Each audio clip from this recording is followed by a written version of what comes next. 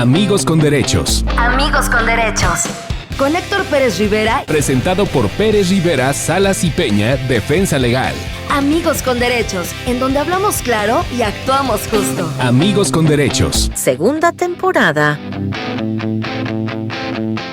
Hola, muy buenos días a todas, todos. Feliz inicio de año. Estamos aquí con el arranque de la segunda temporada de su podcast Amigos con Derechos de Pérez Rivera, Salas y Peña, Defensa Legal. Y es un gusto iniciar esta segunda temporada, iniciar el 2026 con todo y con una invitada de lujo. Vamos a hablar aparte de un tema polémico, de un tema novedoso, de un tema que nos tiene muchas dudas, que es el tema de infancias trans. Y nos acompaña Jennifer Blanco. Jennifer, por favor, preséntate con nuestro auditorio. Hola, buen día a todas, todos, todes. Muchas gracias por la invitación. Yo soy Jennifer Blanco, soy la directora de la Asociación por las Infancias Transgénero y soy orgullosa mamá de un chico trans de 17 años. Platícanos, Jennifer, ¿qué es esto de las infancias trans? ¿En qué momento podemos hablar de una infancia trans? Sabemos de las personas trans adultas. Conocemos que son las personas que no se identifican con el género que le asignan al nacer. O sea, cuando nace un bebé dicen es un niño, es una niña de acuerdo a sus genitales. Y una vez que una persona crece, dice ese no es el género que me corresponde, ¿no? Empezamos a saber de infancias trans cuando pusimos atención, porque realmente siempre han existido, cuando pusimos atención a escucharles y que desde edades cortas empiezan a hablar sobre este género que no les corresponde. ¿Desde qué edad? Justo es la primera pregunta que nos surge. ¿A qué edad un niño, una niña puede decir yo no siento que me corresponde el género pues con el cual me están identificando, ¿no? Porque nace un niño, nace una niña y le dicen tú eres Juan, tú eres Lupita y entonces te vamos a dar de reyes o te van a negar los reyes, te va a traer una muñeca o una autopista y es lo que te toca, ¿no? Y te peino y te pongo un vestido, te pongo un pantalón y a partir de qué edad un niño, una niña puede decir esto no me toca. Pues mira, tenemos, digamos, datos oficiales de la NDICEG, es que las personas trans a partir de los 7 años ya reconocían como personas trans. Pero desde nuestra organización, que trabajamos a nivel nacional, tenemos estadísticas que sabemos que desde los 4 años empiezan a expresarlo. Normalmente una infancia de esa edad no te va a decir soy una infancia trans, porque muchas veces ni entendemos qué significa, ¿no? Las personas adultas. Pues yo creo que ni las personas adultas a veces entendemos las dimensiones de qué es ser una persona trans, ¿no? Sí, en efecto. Entonces, pues regularmente no es, bueno, más bien no regularmente, nunca es así. No te van a decir soy una persona trans. Empiezan a decir cómo yo quisiera ser, ¿no? En mi caso, como mamá de un hombre trans, me decía, yo quiero ser un niño, o cuando crezca, ¿en qué momento me voy a convertir en un niño? Yo quiero ser como mi hermano, y así. Se empieza a expresar como un deseo, como esta curiosidad, o se refleja de personajes, ¿no? Ven en la televisión, caricaturas, lo que sea, y empiezan a decir, pues yo quiero verme como esa persona. ¿Y tú cómo fue tu experiencia, primero como mamá y luego como activista en este tema de las infancias trans? Es decir, ¿cómo lo asumiste tú en el momento que tu hijo te dijo, pues yo siento que soy un niño?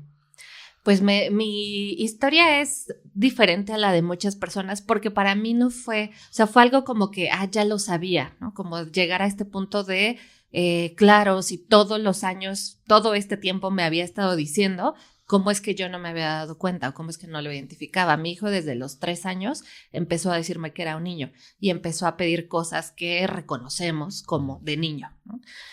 Y para sus 11, que ya fue cuando llegó a él la palabra de personas trans, y fue que se identificó como tal y me lo pudo decir. Para mí también habíamos tenido como un viaje similar de unos meses de cuando supimos de una persona trans y empezamos a investigar.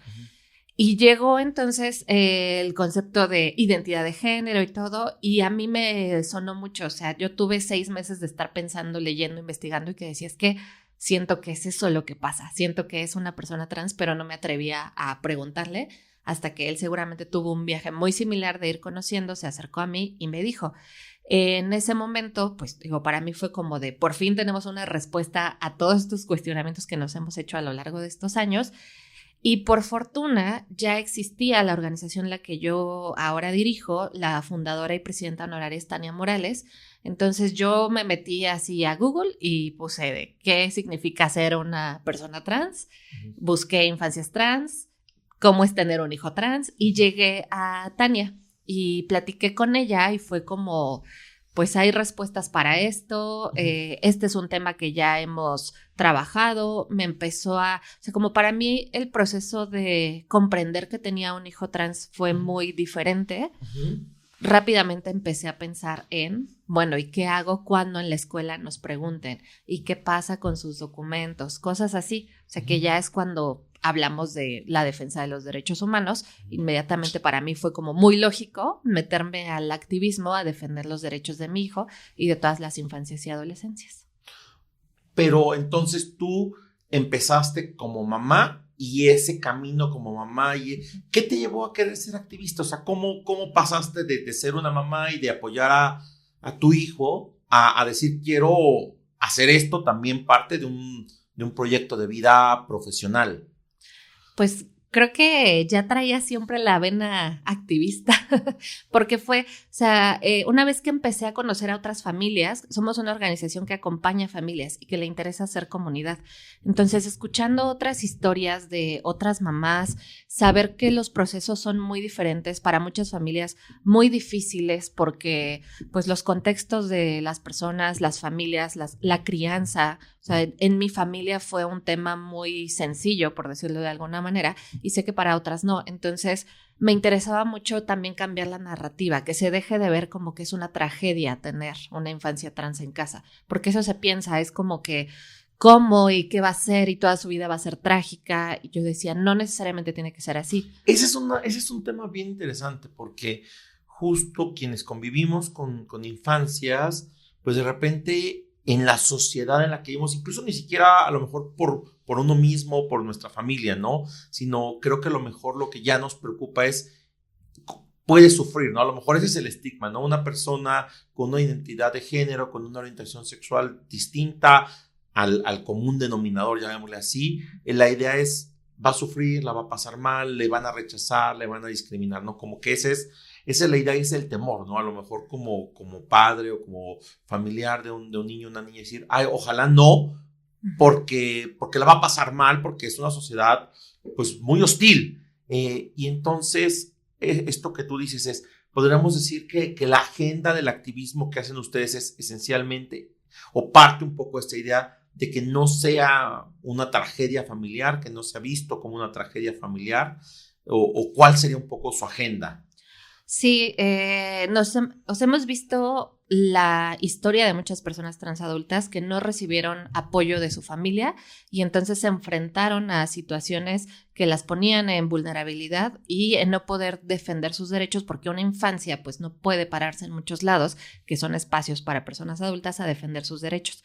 Y así fue cuando, o sea, Tania se dio cuenta que era bien importante el respaldo de las familias y desde esta información, o sea, saber exactamente qué significa ser una persona trans, qué derechos corresponden y por qué tenemos también hasta la obligación como personas adultas responsables de la crianza de defender esos derechos.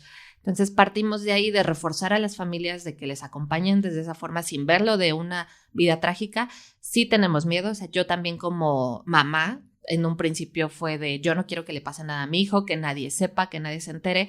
Y luego me di cuenta que la responsabilidad también estaba allá afuera. O sea, hay una corresponsabilidad entre el Estado y las familias de hacer que sus vidas no sean trágicas. Y empezamos por ahí, por garantizar que tengamos los mismos derechos, porque sí los tienes. Al nacer una persona se le registra y tiene un acta de nacimiento y demás, pero también está el derecho a la identidad y un componente es la identidad de género. Entonces, cuando nos enfrentamos, por ejemplo, a que una infancia trans entra a la escuela, que es la primera experiencia que tiene como fuera del círculo familiar en sociedad. Casi su debut en sociedad. Ajá, ¿no? El día que entras a la escuela, dejas el círculo primario y entras a convivir con gente que no es de tu familia, ¿no? Y a ver, y ahí es quien realmente vas a ser, ¿no? Entonces, lo que ha pasado muchas veces con las infancias trans en las escuelas es que no se les reconoce por nombre, su género. empiezan a, pues, como a contraerse y a ya no querer inhibirse, a ya no querer convivir, se ve que se afecta su desempeño escolar y empezamos por eso a pensar que cuando se tiene un ambiente respetuoso, ya no tiene esta afectación incluso en la salud mental, salud emocional que vemos que está sucediendo. Entonces empezamos por la familia, reforzando el círculo familiar que acompañe, que comprenda y de ahí pues ir expandiendo hasta irnos a espacios como la escuela. Cuando vemos que una infancia trans es aceptada en la escuela con el género que se autopercibe, con uniforme, todo, ya no tiene estas dificultades escolares. En mi caso pasó con mi hijo, empezó a sentir que ya no, o sea, que ya no correspondía como a la escuela, bajó su desempeño, tuvo temas y una vez que le reconocimos como él y que pudo ir a la escuela con el uniforme que le corresponde, que es el de niño, con eso ya fue todo un cambio. Justo esa es la pregunta. ¿Cuándo una niña o un niño puede decir, quiero que ya me llamo Carla y quiero que me digan Carlos? ¿Cuándo puede hacerlo? ¿Y cuál es el trámite o la gestión que hay que hacer con la escuela, ¿no? Es decir, esa sería a lo mejor una pregunta, ¿no? O pues las escuelas, digo, tienen un uniforme muy basado en género, ¿no? Es decir, las niñas van con falda, los niños con pantalón, ¿no? ¿En qué momento una infancia trans puede decir, yo quiero ir con pantalón o yo quiero ir con falda? ¿Y de quién depende esa decisión y cómo se gestiona? Pues primero podrían nombrarse como personas trans, digamos que desde el momento en que empiezan a hablar, a través de, como ya lo decía, ¿no? Lo expresan como un deseo. Pero también sé que se piensa que somos mamás, papás, o sea, que somos las familias quienes estamos insistiéndoles en decir, tú eres una persona trans, y la realidad es que no.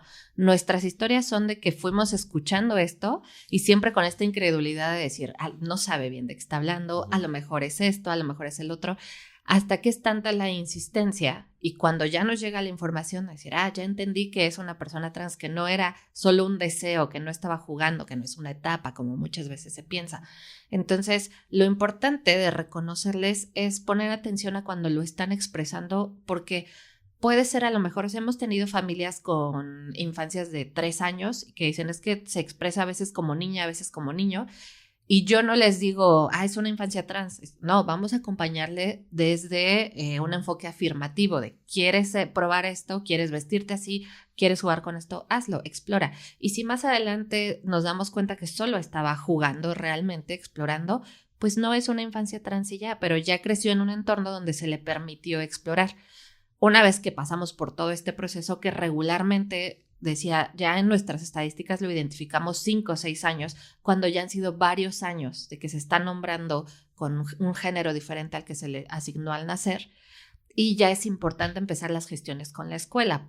Por ejemplo, lo que hacemos desde nuestra organización es acompañar a la familia para que se mande una carta a la escuela explicando la situación. Les ofrecemos una capacitación gratuita también, porque entiendo que no se le da capacitación a personal docente sobre el tema. Para que ¿La SEP trabaja el tema o está totalmente ignorado?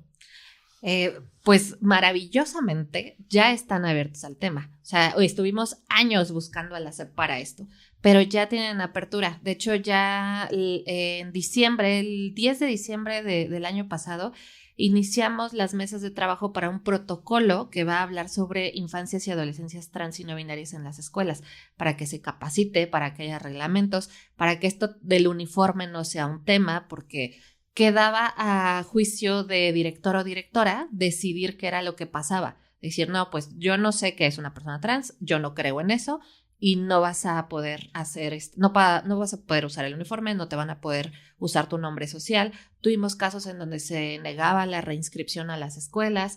O sea, entonces la SEP por fin ya está tomando el tema que le corresponde porque es la autoridad educativa.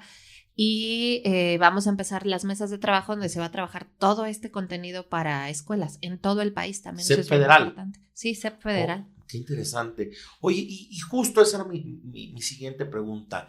Yo crecí en otro siglo, de hecho entré a la educación universitaria este siglo, entonces mi infancia fue el siglo pasado. y era quizá el mayor motivo de estigma. Ahorita que lo pienso, no se me ocurre algo que hubiera sido más estigmatizante que una situación de esta naturaleza cuando yo crecí. Hoy ha cambiado algo, es decir, no a lo mejor no los padres, las instituciones educativas, las propias otras infancias, es decir, niñas, niños, lo ven con mayor naturalidad o sigue habiendo un estigma, un prejuicio. En tu experiencia, ¿cómo lo viven las otras infancias? Lo ven muy normal, muy común ya, y eso es muy grato. O sea, me ha tocado dar pláticas con infancias donde yo sé que no hay una infancia trans en el público. Uh-huh. Y lo reconocen muy bien, o sea, lo nombran así como de, pues es que ella era niña y ahora quiere ser niño, ¿no? Y ya. Y está bien. Ajá, y está bien, y es normal. Uh-huh. Incluso estuve en la Feria Internacional Infantil y Juvenil el año pasado y varias infancias se levantaban y decían, es que también tienen derechos y se les tiene que respetar. Y yo decía, qué maravilla es escucharles así porque se entiende que tiene que ver también con las familias, la crianza, pero les está llegando otra información. Y esto hace que cuando una infancia trans se presente, siempre hay casos en donde hay sus reservas, porque también viene de la crianza, pero la mayoría lo recibe muy bien. O sea, simplemente es como de ahora te llamas así, está perfecto. Es decir, el prejuicio y a lo mejor la reticencia viene más de las personas adultas que de las propias infancias. Sí, totalmente. Viene mucho de no creer que una infancia puede nombrarse como persona trans en la infancia, ¿no? Entonces, y pensar que viene la influencia de las familias y todo, entonces les generan esas dudas a sus hijas, hijos, hijes, y por eso tienen esas respuestas. Donde vemos que puede haber más resiliencia ya es en la adolescencia, etapa de secundaria, donde sí ha pasado que se vive más bullying, más discriminación, pero es por eso. En la adolescencia, uh-huh. Porque también pues es la etapa en la que uno se está como afirmando, ¿no? Sí. Sí, yo siento que cuando eres niño, tienes mayor naturalidad hacia muchas cosas, ¿no? Uh-huh. Justo, cuando yo trabajo capacitaciones de temas de diversidad sexual y de repente me plantean, ¿no? Bueno, ¿y cómo le digo a mis hijos, a mis hijas que dos hombres están besando? ¿Qué les digo, no? Pues que se quieren, ¿no? Y de repente parece alguna respuesta muy sencilla y me he dado cuenta que niñas y niños así lo entienden, pero quizás tienes razón, ¿no? En la adolescencia es donde más conflicto hay. Jennifer, para ir un poco cerrando esta charla, que te agradecemos mucho, ¿qué consejos le podrías dar a una familia que tiene una infancia trans en su núcleo? Es decir, que justo su hija, hijo empieza a decir, quisiera ser diferente, ¿no? Pues siempre me he dicho que soy niña, pero quisiera ser niño o viceversa. ¿Qué les dirías? ¿Cuál sería el mensaje que pudiéramos transmitirles? Pues primero es reconocer que no está mal tener miedo, porque lo tenemos. Cuando sabemos, sí nos da miedo, sabemos el mundo en el que vivimos y es difícil enfrentarnos a muchas cosas, pero habemos muchas familias en el país para acompañarnos. Está nuestra organización, nos pueden encontrar como infanciastrans.org o Infancias Trans en redes sociales. Y yo les invito a que busquen esta información, o sea, no necesariamente a nosotros, pero sí que se acompañen de otras personas que ya hayan tenido una vivencia similar o que buscan información verídica, porque es muy fácil irse a la parte del morbo. O sea, creo que abunda información, más bien desinformación en internet. Entonces, buscar estas fuentes. ¿Cuál sería esa desinformación? Qué bueno que toque ese punto, porque justo este podcast tiene este carácter informativo. ¿Qué sería una desinformación? Pues primero que se busca hormonar o cirugías para las infancias. Eso no, en ningún momento buscamos eso, ni es el objetivo ni como familias ni de la organización. Es defensa de derechos humanos.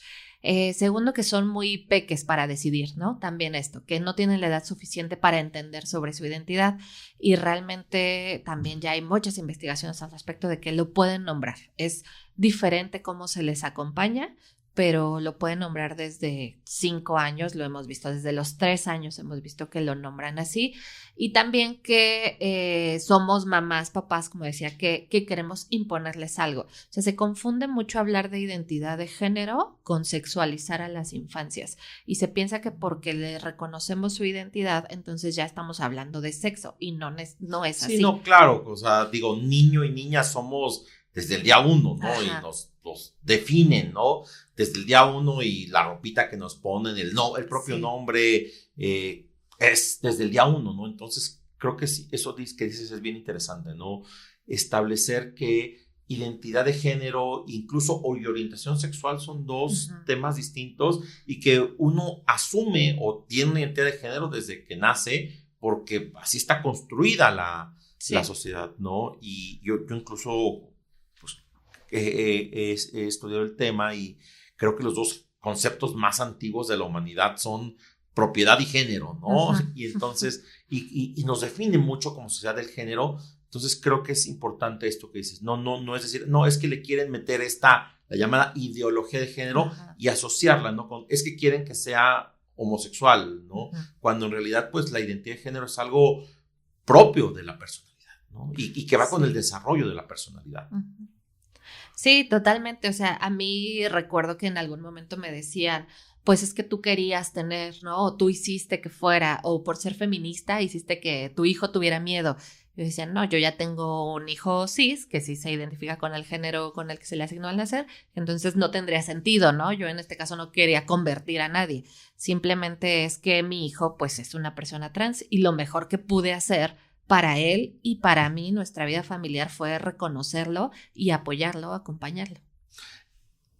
¿Es biológico, es psicológico, es cultural? Es decir, ¿de qué depende que una persona pueda ser trans?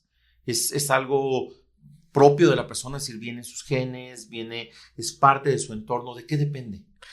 Pues se ha querido decir que viene como que hay un gen trans, así como decían que había el gen gay, ¿no? Pero pues no, realmente no hay nada ni genético hereditario, no hay nada que nos indique de que una persona por eso es trans, ¿no? O sea, son personas trans realmente pensándolo al revés, porque el género es un constructo social, entonces nos enseñan a que una mujer debe ser de una forma, que un hombre debe ser de una forma, a que los genitales significan algo, ¿no? Realmente el cuerpo sexuado, que es cuando hablamos de los genitales, no estaba ligado al género. Antes de la colonización no era así, no se pensaba así. Después de que ya se necesita poner un orden y normas y estructura que alguna persona pensó que debía ser así, es de cuando se empieza a pensar en las identidades no normativas, que es ser persona trans. Pero vemos que no hay nada y desde psicología se acompaña, pero con un enfoque que hay que tener las herramientas necesarias para entender que nos vamos a enfrentar con dificultades, no porque haya algo que solucionar. Pues la verdad me quedan muy claras muchas cosas, resolviste muchas de mis preguntas y espero que también esté resolviendo las del auditorio y justo si hubiera más preguntas, si hubieras más dudas, ¿dónde te pueden contactar? ¿Dónde pueden contactar tu organización? ¿Dónde podemos saber más de su trabajo? Les invito a que nos visiten en www.infanciastrans.org. Ahí tenemos un montón de información, testimonios, una biblioteca muy enriquecida donde pueden encontrar desde cuentos infantiles para que se sepa cómo acercar este tema de las infancias, estudios, sentencias, incluso que es bien importante en el trabajo que hemos hecho en incidencia legislativa. Todo eso lo pueden encontrar y también en redes sociales como Infancias Trans, estamos en todos lados. Muchísimas gracias, Jennifer, en verdad fue muy enriquecedor y pues yo soy Héctor Pérez Rivera de su podcast Amigos con Derechos y pues saludamos a todos los padres, madres, niñas, niños, niñes, pues que estén en una situación similar. Acérquense a quien tiene información, acérquense a quien sabe, acérquense además a quien como Jennifer lo ha vivido y creo que lo que yo me quedo es tener una infancia trans en la familia no tiene por qué ser una tragedia y no significa que una persona trans va a tener una vida trágica, ¿no? Eso es un pensamiento, como decíamos, del siglo pasado. Ya vimos que hay muchas herramientas al alcance. Yo le agradezco mucho a Jennifer que haya venido el día de hoy. A nosotros, como saben, nos pueden encontrar en redes sociales, en nuestra página de internet www.perezriverasalasYpena.com, en Instagram @PSP Defensa Legal, en Facebook como Pérez Rivera Salas y Peña Defensa Legal y este podcast lo pueden ustedes encontrar en Spotify y en YouTube. Muchas gracias por escucharnos, feliz inicio de año y feliz comienzo de segunda temporada de su podcast Amigos con Derechos. Amigos con Derechos. Amigos con Derechos. con Héctor Pérez Rivera. Presentado por Pérez Rivera, Salas y Peña, Defensa Legal. Amigos con Derechos, en donde hablamos claro y actuamos justo. Amigos con Derechos. Segunda temporada.